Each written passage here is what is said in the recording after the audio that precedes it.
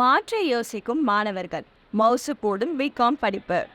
மாணவர்களிடம் டாக்டர் படிப்புக்கான ஆர்வம் குறைந்து வருகிறது. பலரும் அதற்கு மாற்றான பாடங்களை தேர்ந்தெடுத்து அதில் அதிக மதிப்பெண்களை பெற்று சார்ட்டர்ட் அக்கவுண்டண்டாக திட்டமிட்டு காய் நகர்த்தி வருகின்றனர். இந்த ஆண்டு 7.72 லட்சம் பேர் +2 தேர்வு எழுதினர். அதில் 7,19,196 பேர் தேர்ச்சி பெற்றனர். தமிழ்நாட்டில் உள்ள 2,478 பள்ளிகள் 100% தேர்ச்சி பெற்றுள்ளனர். மொத்தம் மாநில அளவில் மாணவர்கள் 3,25,305 பேர் இந்த +2 தேர்வை எழுதினர். அதேபோல 3,93,890 மாணவிகள் தேர்வு எழுதினர். இதில் 3ஆம் பாலினத்தவர் ஒருவரும் தேர்வு எழுதியிருந்தார். இதில் மாணவர்கள் 92.37%, மாணவிகள் 96.44% தேர்ச்சி பெற்றுள்ளனர். +2 தேர்வின் ஒட்டுமொத்தமாக 94.56% பேர் மாநில அளவில் தேர்ச்சி பெற்றுள்ளனர்.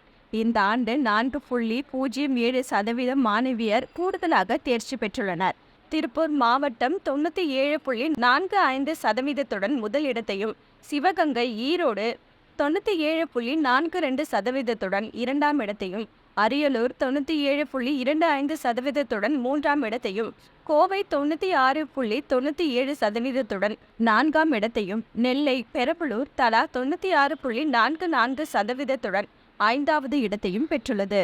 இந்த +2 தேர்வில் அதிக மதிப்பெண் பெற்ற அனைவரும் மிக தெளிவாக ஒரு முடிவை எடுத்துள்ளனர். ஒரே கருத்தினை அத்தனை பேரும் அப்படியே பேசியுள்ளனர்.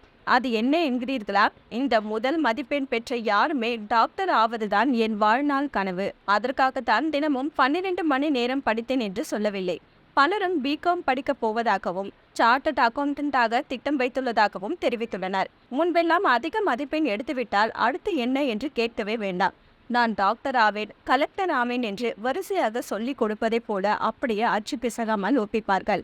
அந்த மனநிலை இப்போது மாறியுள்ளது. அதற்கு காரணம் நீட் தேர்வுதான்.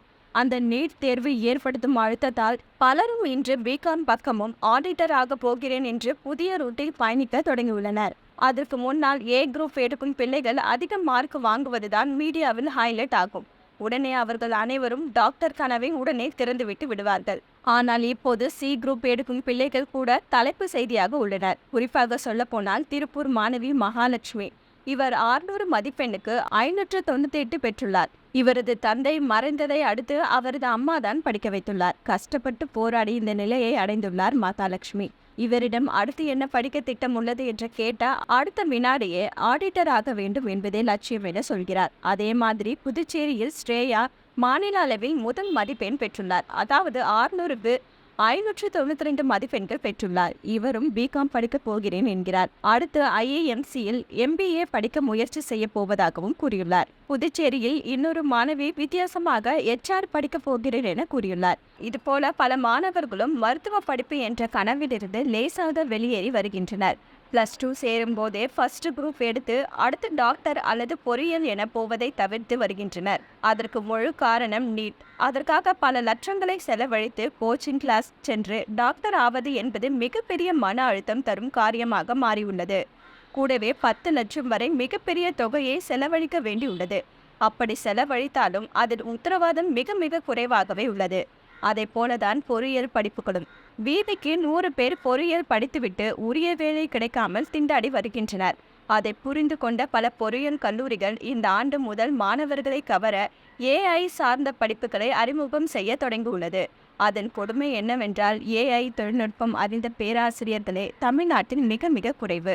நிலைமை இப்படி உள்ளபோது AI பற்றி தெரியாத ஆசிரியர்களிடம் பாடம் கற்றுக்கொள்ளும் மாணவர்களின் நிலை என்ன ஆகும் என்று ஜப்பான் போன்ற நாடுகளில் IT துறையில் பணியாற்றி அனுபவம் பெற்ற எழுத்தாளர் வா மணிகண்டன் என்பவர் ஃபேஸ்புக்கில் கேள்வி எழுப்பியுள்ளார். என்ன வியூவர்ஸ், இது போல பல இன்ட்ரெஸ்டிங்கான நியூஸை தெரிஞ்சுக்கணுமா? அலோ சிட்டி டிவியை லைக் பண்ணுங்க, ஷேர் பண்ணுங்க, மறக்காம சப்ஸ்கிரைப் பண்ணுங்க.